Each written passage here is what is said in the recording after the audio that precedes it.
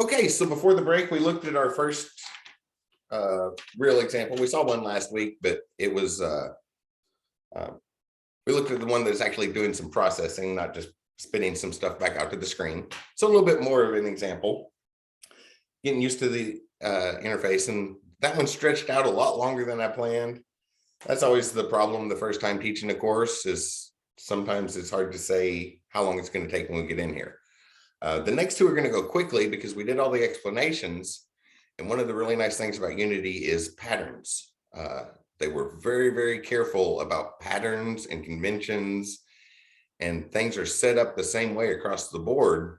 So that once you see it one place, you should be able to make sense of how to do it elsewhere, to cut down on the need to go look everything up, because that's traditionally been a big problem with game engines, where the engine's very powerful, but we have to basically go look up the keyword every time we write a script. So that was something that the people who started developing Unity were kind of sick of when they developed Unity. So hopefully with Unity, we don't have to do it. And they did a really good job, which is a big part of the reason Unity became so popular so quickly. So for our next example, so we did a little payroll example. For our next one, I'm going to do a tip calculator. I thought that's a nice, easy one. So I'm going to put it in a new scene. And this is what I had in mind when you had projects. So when we start doing actual games, our scenes are kind of like the levels of the game, or the cut scenes that fall in between the levels, or to help tell the story. Cut scenes, levels, the way we're going to split the major divisions of our game. So for our homework, we can just do one Unity project and put different scenes in there.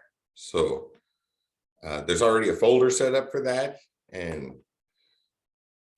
these files that make up a game we end up with a lot of them very quickly. So organization goes a long way. So here in the scenes folder, if we right click down in our project tab, which is essentially a folder, a file explorer. If you're used to Windows, it's a customized version of Finder if you're a Mac person. But you'll see there's under create, one of the things we can create is a new scene. And there's lots of ways to do it. So the next one I had in mind was a tip calculator. That's a nice, easy one that most everybody in America is going to know how a tip calculator works, right? We go buy a meal at a restaurant, the convention's 15%, but if we have a really great server, we're going to up that a little. And if our server's just awful, somebody was telling me a story the other day. He was at a restaurant and they forgot to bring his bottle of wine and tried to bring it at the same time as they brought his check. And he was like, what's this? I'm getting ready to drive my kids home. Don't give me my bottle of wine now. I wanted it an hour and a half ago. Right. So that's going to cut the tip to that server, right? For getting an expensive bottle of wine's a big deal. So we adjust that percentage, and it seemed like a good place to look at how a slider works. So with that, we'll switch over to our other scene. And when we get to actual games, there's something else we have to do for the final build. We have to make sure and tell Unity what game it is. So when we're in the editor and building things, we select the scene, and then that's the one that goes when we hit the run button. But when we actually build the game, the final version of the game for release and distribution, then we have to make sure and list all of those in a manifest, which the packaging is set up in Unity. So we just have to click to add it to a list, and Unity will write the manifest for us. So once again, I'm going to do a little game object. Let's zoom in here to connect it to, because in the long run, it has to be connected. A script has to be connected to a game object. And in the long run, we're not going to want to connect those to the stuff on the UI. We're going to want to get the scripts on the actual stuff on the game, and then it just affects the UI. So I thought I'd do that here. I'll draw a quick picture to put there.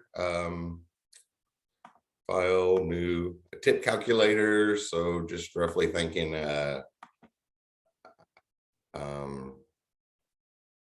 I don't know, I'll grab a watercolor brush, draw something that looks like a plate.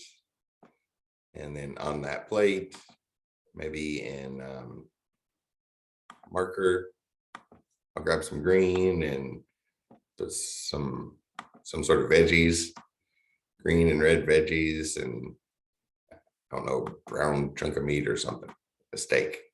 There we go. The steak dinner plate, just a quick picture, a placeholder. So for the most part, that's the sort of objects we're going to be dealing with. Oops, got a little bit extra in there, so I'm going to move that up to the corner. I don't necessarily need anything bigger. So for the most part, when we're doing the programming end, we just need placeholder images while the art department puts lots of time into that final, really, really awesome version for the final game. We just need something to work with. What is this? This is plate of food. Plate of food. Some sort of image. And then we have multiple ways we can get it over there. We go to assets. I'm a big fan of just the drag. I think that's a lot easier to just drag stuff around. Then we can drag it up here, which when we get to our game stuff, there's something better to do than just dragging it in there, but we'll see that soon. That gets us our game object. Now we can start putting a UI together. UI, and what I had on the plan is we'll have an input field where we put in the cost of the meal, then a slider to say how happy we are, whether really sad, disappointed with the service or really happy with the service. And then that little slider control will adjust the tip percentage, and then a text for an output. And we'll just automatically change that output to every time the slider changes, we'll adjust the output. Seemed like a good way when I was thinking about it. Obviously, there's more than one way to do these things. Notice when we put something in, it's ready to be renamed.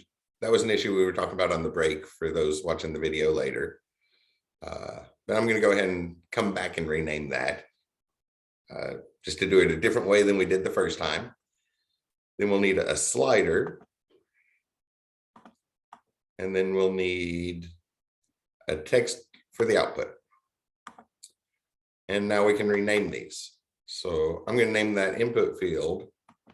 If we, also notice that when I double clicked on it, it did the same thing as that, putting your cursor over here and hitting F. Just double clicking on it brings that into focus. So like on our input field, if we right click, there's an option for rename, which y'all probably guessed that. So Hungarian notation, this time I am going to use IF. So like IF to say that's an input field type of object, and I'll say meal price in a descriptive term. For our slider, I'll rename that SLD, just a little prefix for Hungarian notation. I'll call it satisfaction. And then for our output, right click and rename that TXT. It's a text field called tip. That'll work. So now that gives us our objects. If we zoom out a little, kind of get things centered here. That picture was up in the top center, so I'll just kind of do these in a row across here. So I'll put the output over here somewhere. Put that slider around the middle somewhere. And our price thing here. And we could use a text box to put a little label beside it. I'm just going to use the placeholder one again.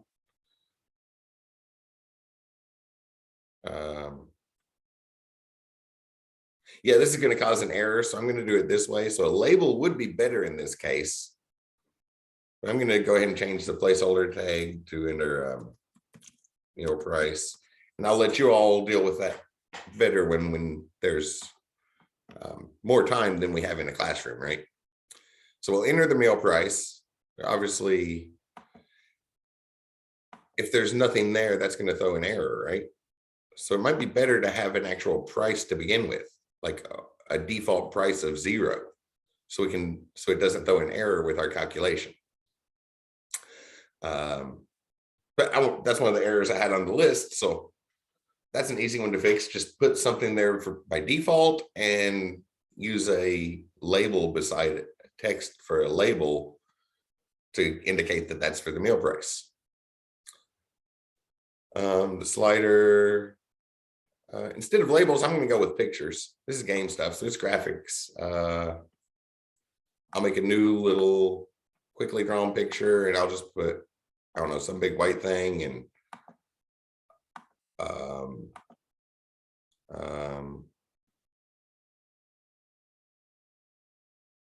crown will work. I'll put over on one side, put a frowning face, and over on the other side, put a smiling face to indicate which one's which. So over here, oh, maybe not that. I'll do that. Let me try one of the pins. There we go. So like,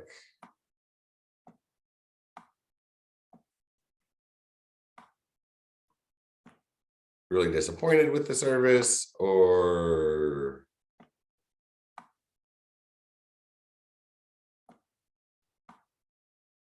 really happy with the service. Just a little picture thing. Save it as satisfaction. We can give it the same name. We can reuse names. Then we have that import asset and just bring that in. We saw that before. But instead of dragging it up this time, what I'm going to do is select the slider, in particular, expand that, and then we have different things. So we have like backgrounds for it, or the fill area, or the handle itself. So obviously I had this in mind for a background, and you'll see over in the inspector, if we select the background object inside of the slider, background object portion of the slider, the inspector has a canvas renderer component, and one of the options there is a source image. So we can just drag that source image over and drop it right in there.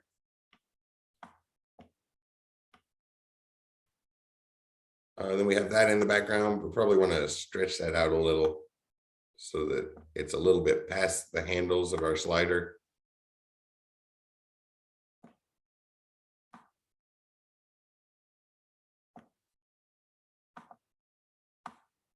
Oh, whoops. Oh yeah, over in the inspector, if we have the slider selected, there is a slider option here. Oh yeah, for the value, we can slide that back and forth and make sure that works with our pictures. That'll work,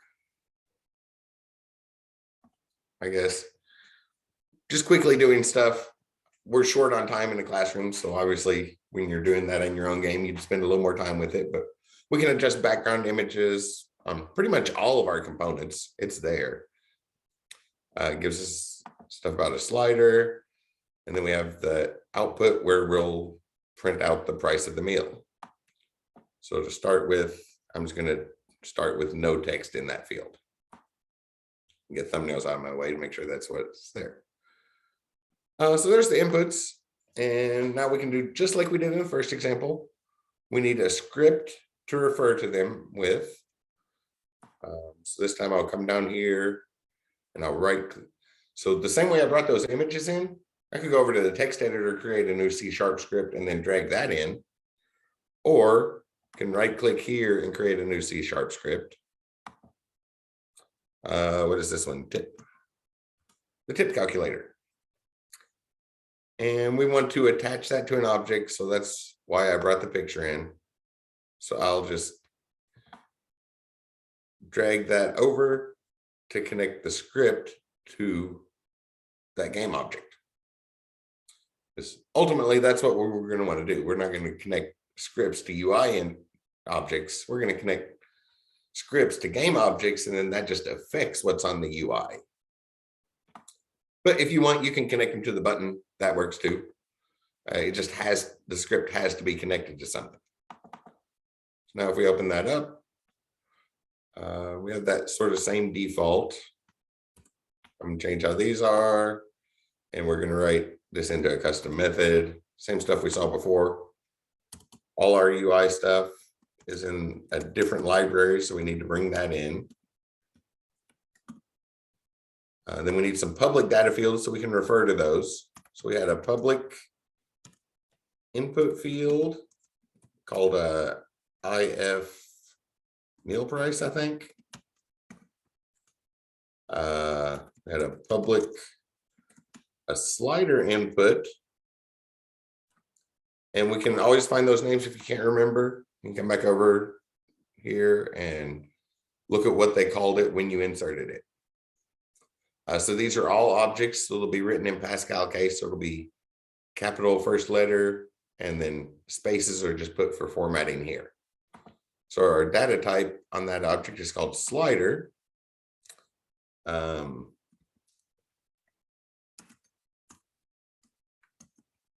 it satisfaction. And then we had a public text object for the output, which was, I think I just called it tip.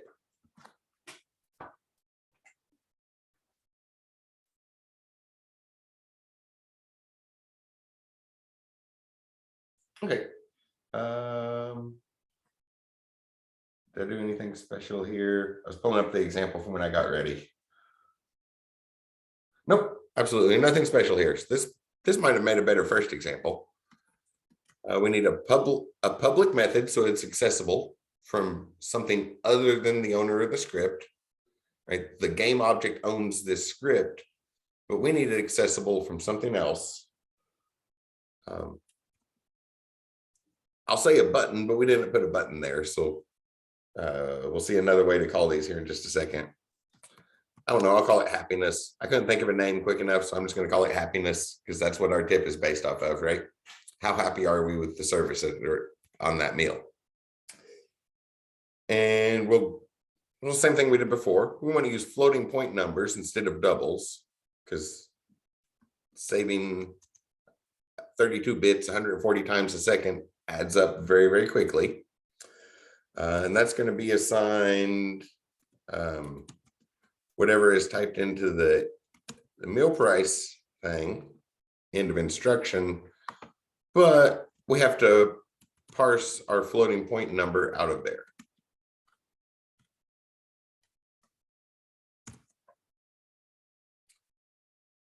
So same thing we saw before, parse a number out of that, store it as floating point number. Same thing for our tip percent. Floating tip percent is based off that satisfaction slider. Only this time, there's no text on a slider, right? So if we go select that, you can look around here in the inspector, you'll notice different things. How's it colored? Oh, the value of it's 0 to 1. Whole numbers is unchecked, so that's false. Oh, and then we have the value thing here. Looks like value is the one we want. So we'll set that to a value. Oh, and that's a tip. We could probably do a minimum, right? Because even if it's terrible service, we're usually not going to completely stiff them. So I'll go as low as 5% and maybe up to 40%. That's a really good tip.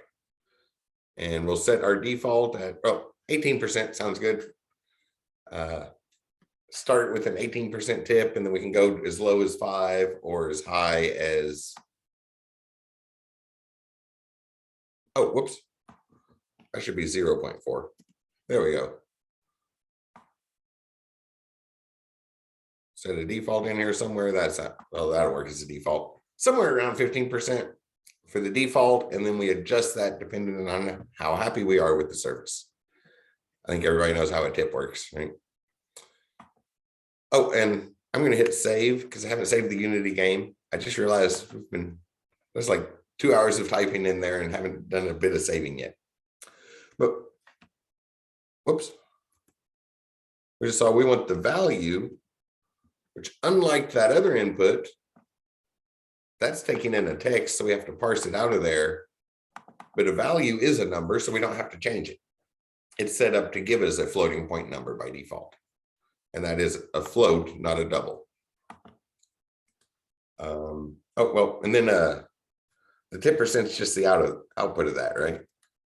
Text tip is going to be the price multiplied by the tip percent. Hopefully that math all makes sense. Everybody's seen that before, right? Or kind of knows how to calculate a tip. Any questions about that part?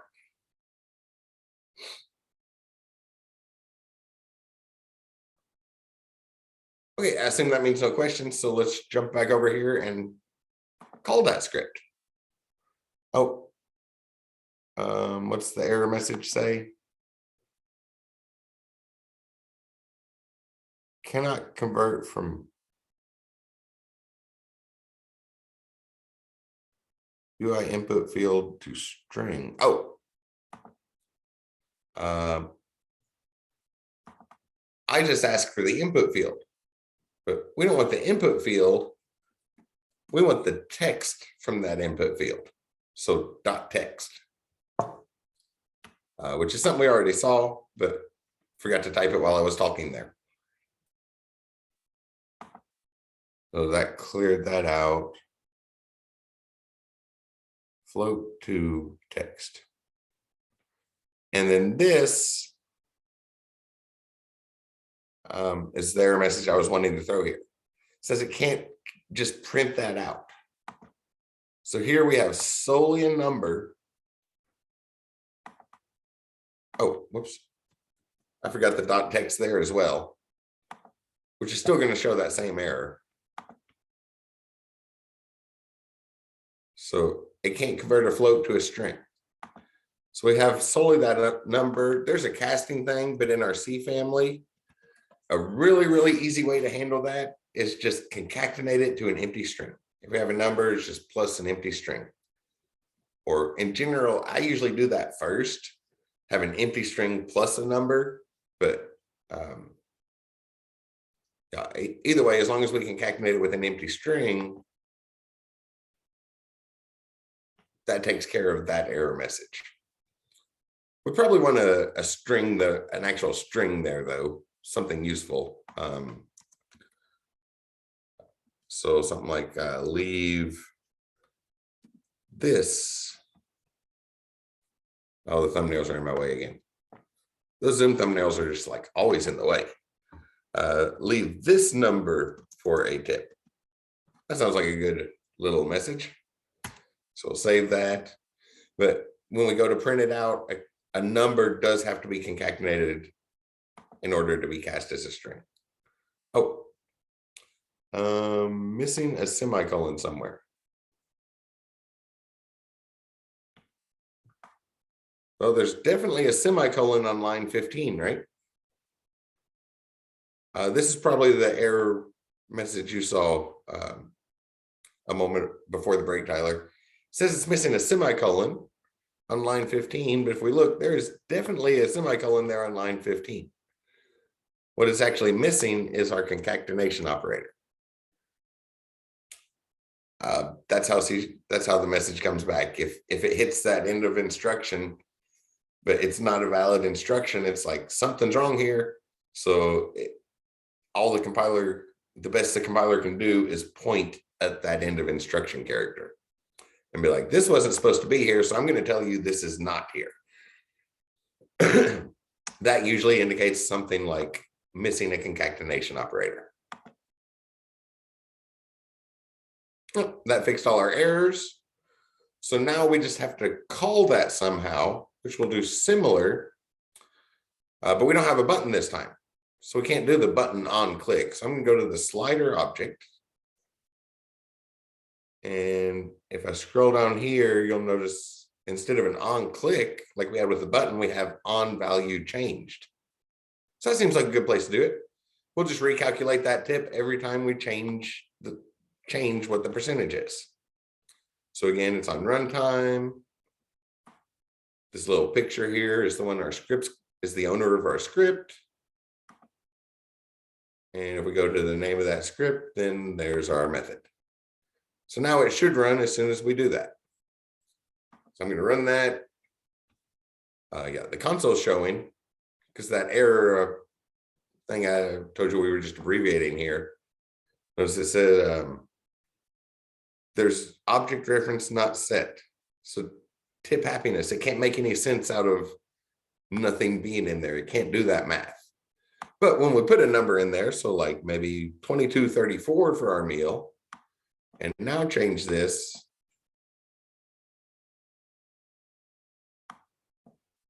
Why is it not working now?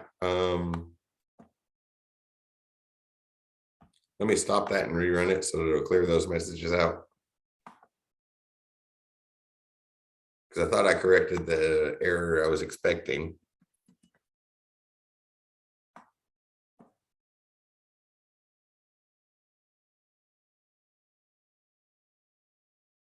Oh, that's why. I forgot to make that assignment. So this is what we saw earlier. Here, our script just proceeds under the assumption that an assignment happened, right? We declare it, and then we immediately use it. We didn't explicitly type the assignment. So over here on our script object, we have these slots where we'll make that assignment instead of typing it in the script. And I lined up the names because they only look the same to us. The computer will never get those confused. So we can constantly reuse names like that in certain fashions. So that will give us an assignment. Now let me try doing this. So if I move this, we get this message. Oh, yeah. This is the error I meant to throw. Input string was not in a correct format. So it was trying to parse a number out of it, but it got nothing. And it can't turn nothing into a number. We could tell it that if it gets nothing, make that a 0. Or we could give this a default value and put a label on it instead. But when we put a number in there, and now move our slider, there we go. We see a tip show up. Which it looks like it's cutting it off again. So our message is our output box is too small. I'll drag this over. Make that a little bit bigger. And the normal debugging process. We do what we think should work. So maybe go to expensive place this time. $75 meal, really good service, leave that much for a tip. Really poor service, leave that much for a tip. So that gives us another control thing, which can also be used to control a game, depending on what you're doing. You can use these buttons as part of to control the game, or just do your HUD or inventory list or whatever sort of user interface your game might need. That's where you'll use these things. Any questions about that? Yeah, on the slider, the on value changed. Mm-hmm. What do you have? So I'm not getting output for some reason, and I'm trying to figure out what I did wrong. So it references the object, and then once that object that owns the script was put there, the function list here has the name of that script, and it just selected the method we wrote. Yeah, I don't have a function for some reason. I'm trying to figure out why. Can you share your screen with me? Yeah. Yeah, because looking at the issues and working through them is how we figure stuff out. So you select the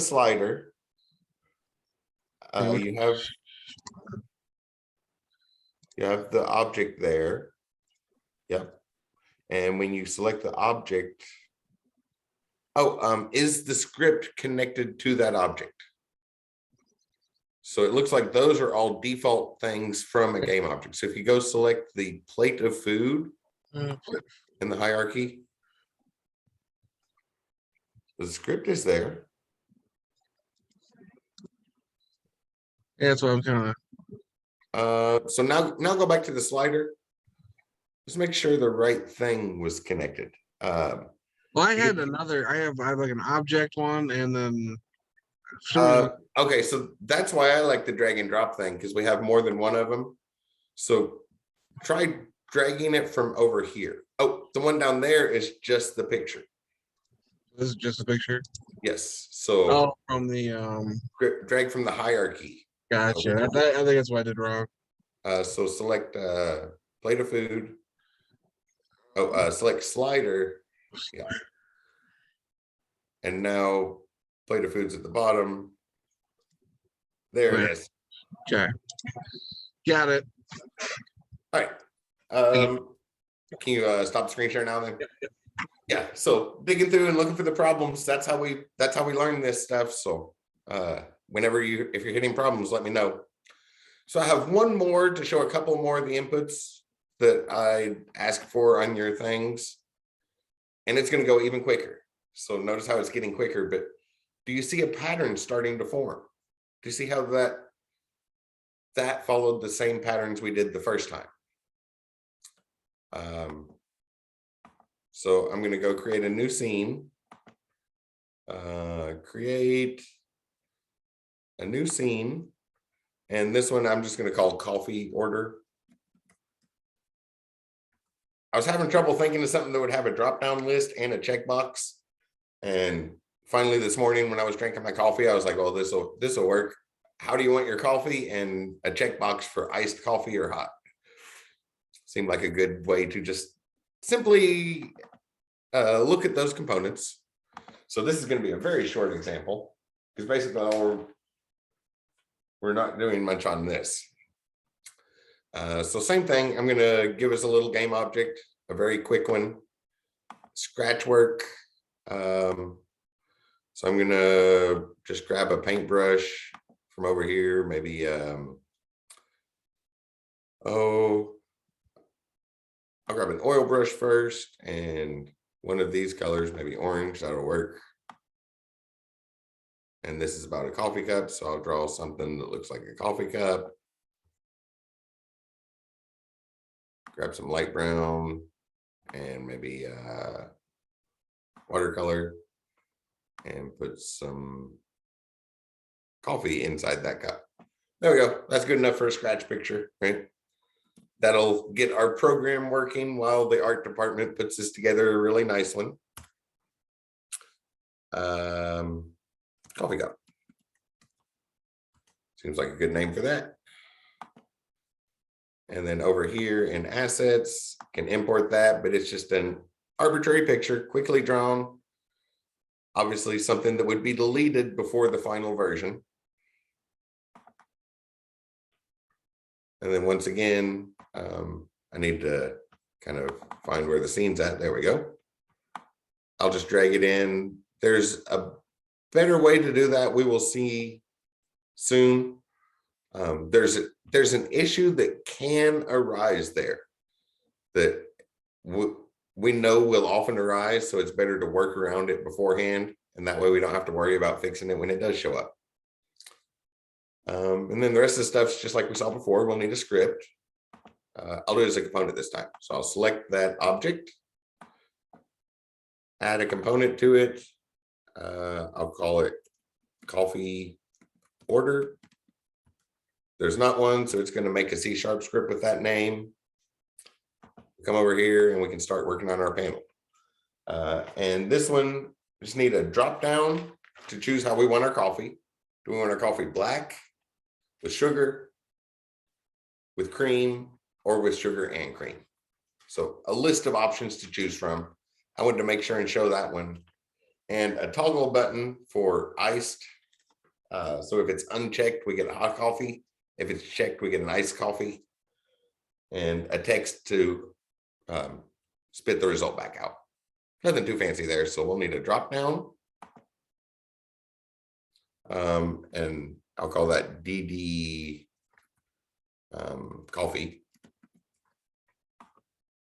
Then we'll need a toggle. We're working with machines, which means we're probably going to have some booleans along the way. Right? We're going to have those true, false, or 1, 0 things, which that's a checkbox. So I always use CHK for my Hungarian notation just because it makes more sense in my mind. I think it makes it easier to tell which ones are a checkbox at a glance than calling it like a TG or something. So check iced, and then some text for an output. Text txt order. That work. Things we've seen before. If I zoom out and look at the whole canvas, maybe move these around. So I'll put the drop down over here somewhere. Then a checkbox, maybe right underneath it. And I'll put the order over here. I make a nice big one and make it big enough to fit our output. So we have our options and the checkbox. So I'm going to do the checkbox first. If we expand it, notice we have a background. We have a check mark, and we can put different pictures there, all sorts of control there, or the label that goes next to it. If we click that label, you'll see that over in the inspector, we have a text component of it, things we've seen before. I'm hoping at this point, the patterns are starting to show up. Do y'all feel like you're seeing some spotting the patterns? That's what I wanted to look at, is focus on those patterns. That way in the short amount of time we have, well, that's hard to see. So I'm also going to change the color of that.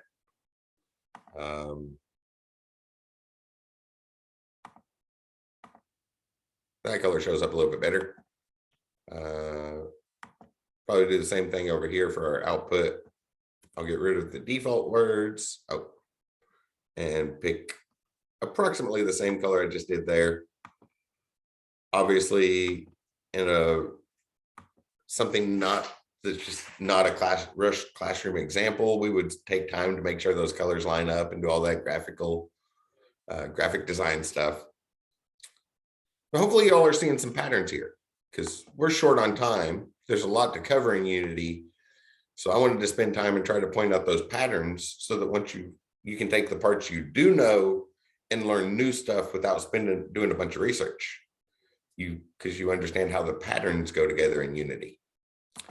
Then we have our drop-down menu. And if we look at stuff here, oh, I collapsed the one I wanted. Over in the inspector, obviously, if we expand that, we'll see a lot of different things. Label, arrow, a template for a drop-down, which is grayed out. Notice we can't actually do anything in the hierarchy there because that's going to be a dynamic part. Our template is what we put in. But over in the inspector, if we scroll down, we'll see there's a list called options. And those options can either be text or graphical. And we'll refer to them that way as well. We'll see that here in just a second. So what are some options? So for coffee, we could have black coffee. Get some coffee with sugar, maybe just some cream, or sugar and cream. Just kind of doing a short example here, so hopefully that'll be good for a couple choices we have for coffee. And then do we want that coffee to be hot or iced? So option list and drop downs. Now we can go put that into script and follow that same pattern we've seen before. This script this time. It opens up, let's see, bring in our other library using Unity engine.ui. Oops, I'm gonna adjust that curly brace to the way I like it and get rid of the start and update methods. Because we don't all start and update are for the stuff in the game. We don't need everything to change at every frame of the game, right? Some things like the UI panel are going to change in more of an event-based situation, not every frame of the game like update does. And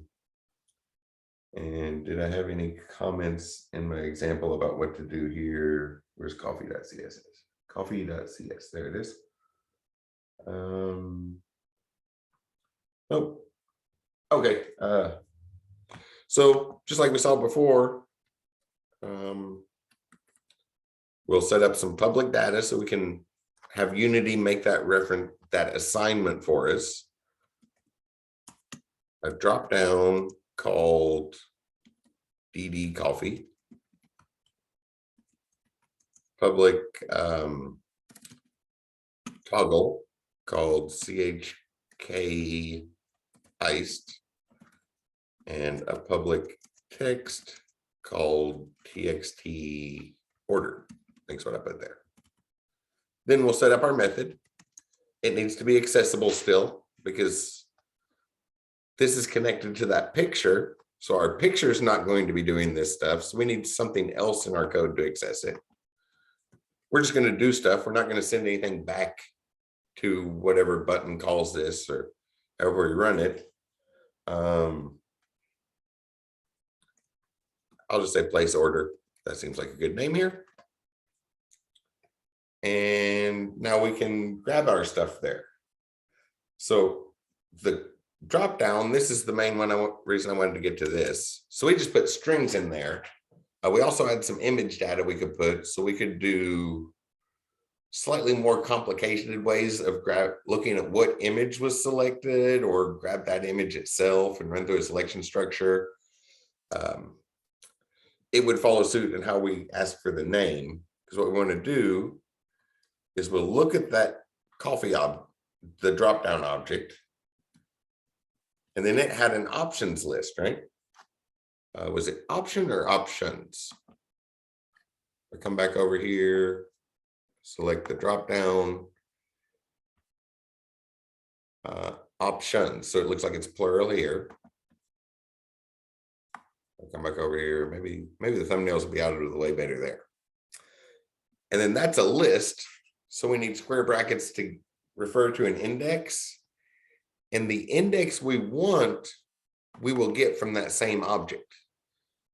So whenever we make a selection, that returns the number from that list. So if we selected the third thing in the list, it'll return the index for the third thing in an array. Or actually, it's a list, not an array. Arrays are not dynamic. We can't adjust an array. So usually we want to work with lists because they're dynamic. We can change the size. We can take things out of them or put more things in them without having to create a new one. But when we select something, it returns a number. So we can say that drop down dot value is going to be an index. So the value here is the index of the one we selected, which then turns around, and that's the index we want to use for the options list in our scripting. Hopefully that all makes sense. And then you saw over here, we have a sprite or text for that. Or we can customize that a little bit further, but that's getting more advanced than we will probably see this semester. In our case, we want the text. So what can often work nice is to put an image and some text, because then the image shows and you can find it easier in your code from the text. Oh, whoops, I forgot to give it a name. So string data called coffee has all of that stuff. And that's how our selections look every time. So we refer to the list in the object, and then we get the index based off the selection value from that object.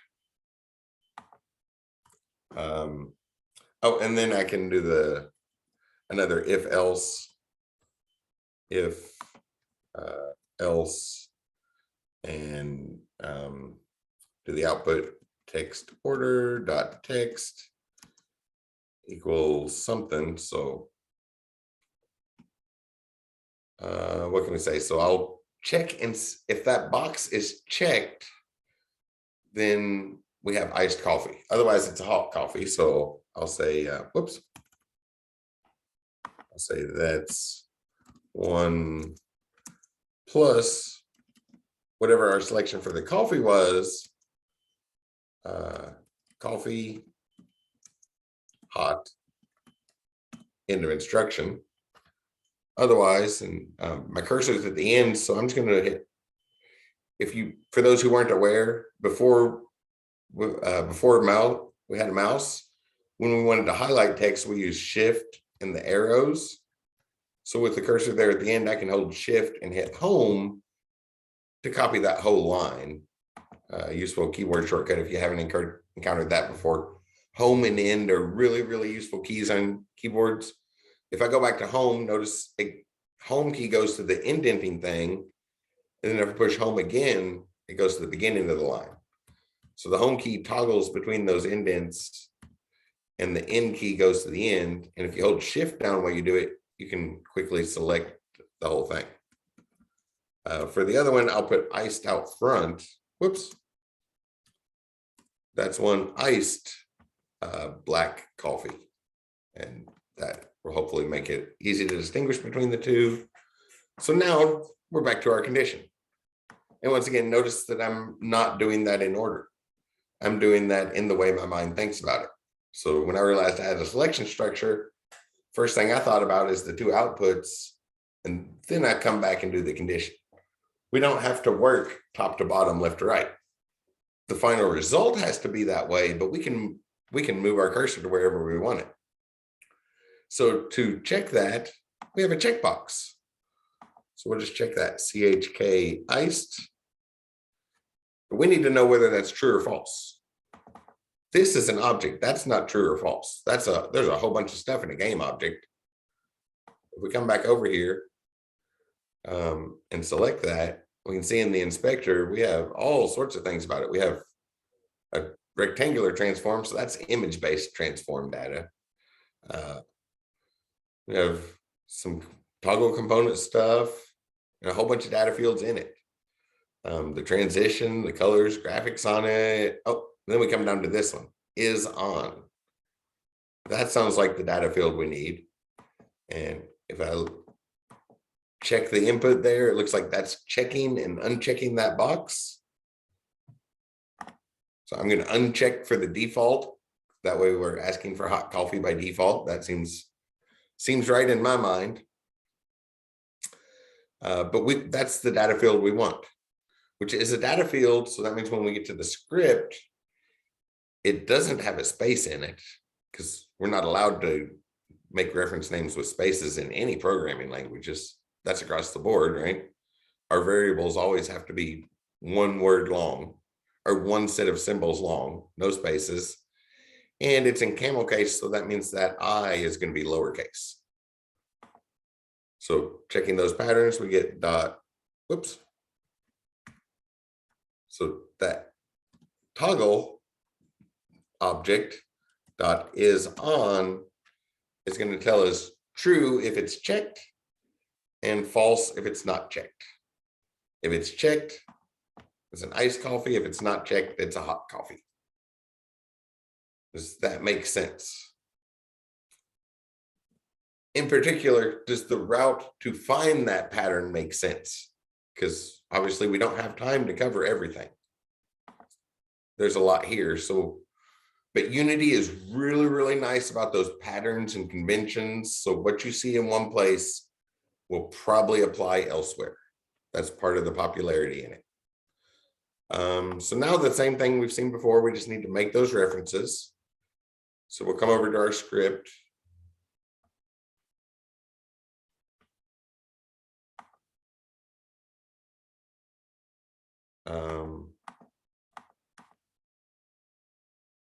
Did I not make those public? Oh, there's still an error.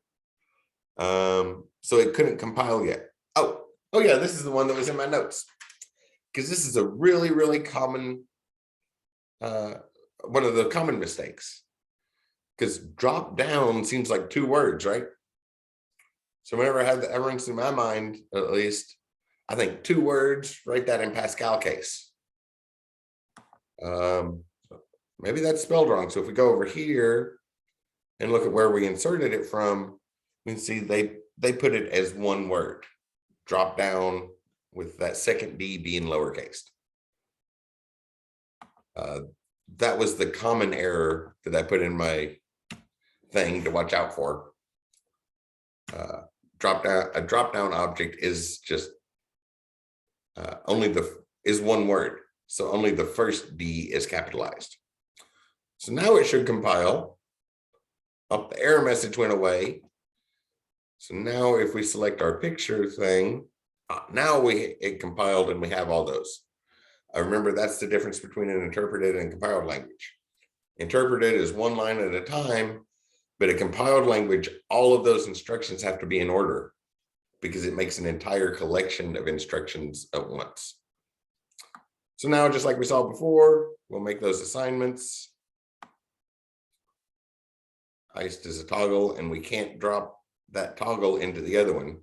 So that's the advantage of using the actual proper data type, is it prevents us from accidentally dropping these things. And because we could also just say we have game objects and drop those in there, that would work the same because those are game objects. But being more specific, we could accidentally drag and drop that into the wrong spot. So that makes our assignments for us. Now we can come back over to how we want to run this. And once again, there's no button. So let's look at our inputs. On value change. So every time we change the value in the dropdown, we could run that method. That sounds good. Somebody's ordering coffee, they don't want to wait. They're ready for a cup of coffee, right? Especially like first thing in the morning. We don't want to wait on a cup of coffee. We want that as soon as possible, first thing in the morning. So we'll make the reference just like before, the object that owns our script. And now we can go over here and there's our method. We can run that from the toggle box too. If we select the toggle, notice there's an on value changed. So as that Boolean changes from true and false, we could call the same script. So anytime we make a change to our order, whether it's from the drop-down menu or from the Boolean, we'll see that output update.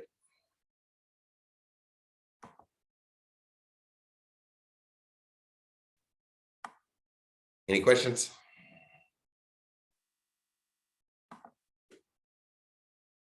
So now just a quick check, because I was talking the whole time I was doing that. We go in here and let's say sugar and cream. Oh, there we go. Oh, wait, I wanted iced coffee. So we click that, it changes. Iced black coffee.